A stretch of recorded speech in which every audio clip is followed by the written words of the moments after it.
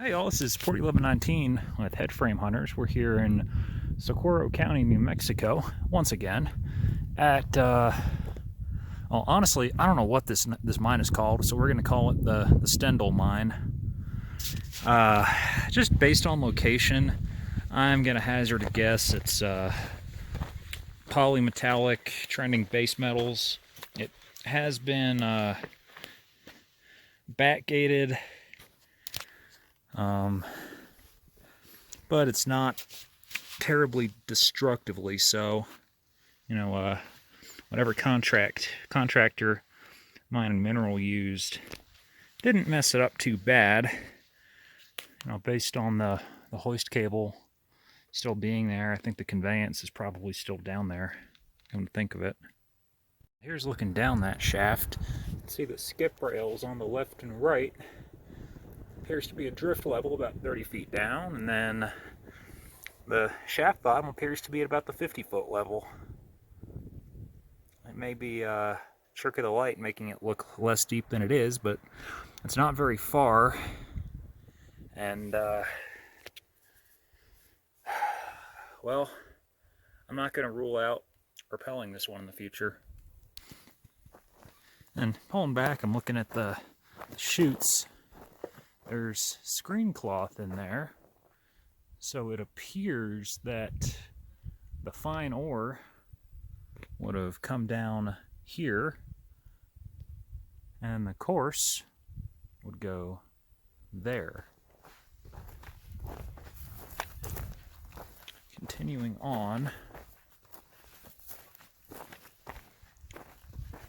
here's a waste track, which tells me that the oversize might have been considered waste, which is sort of interesting, or material to be stockpiled and milled at a later date. Here's where it also gets interesting. There's rails up on top of the head frame.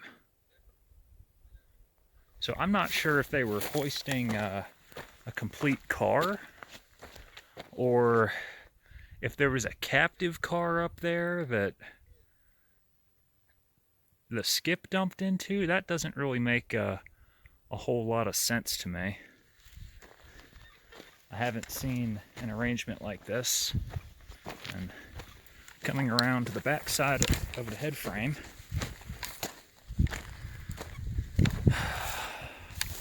we've got what's left of the hoist house. It's powered by a little gasoline motor. I'm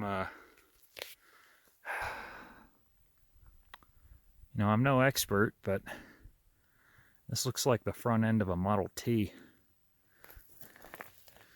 complete with the transmission, which, that gives me a little bit of clue. This is a 20th century mine, which is good to have.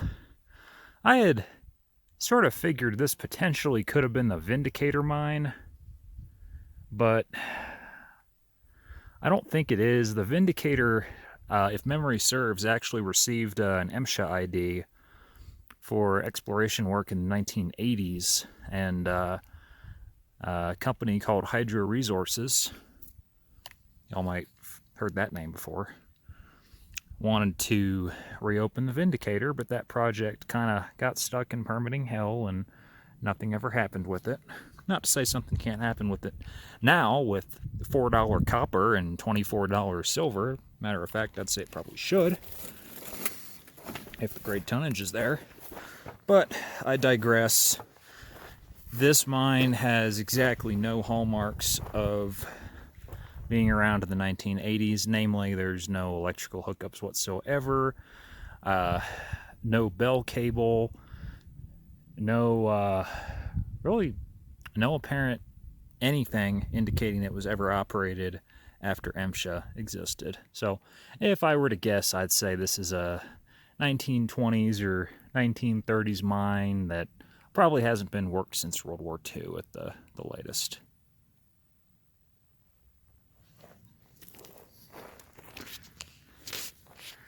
this this is just a quick little video. I'm on the way to another mine in this district, but I'd wondered about this one for a while, and well, here we go. So this has been 401119 with Headframe Hunters up at the Stendel mine. Thank you all very much for watching, guys. Adios.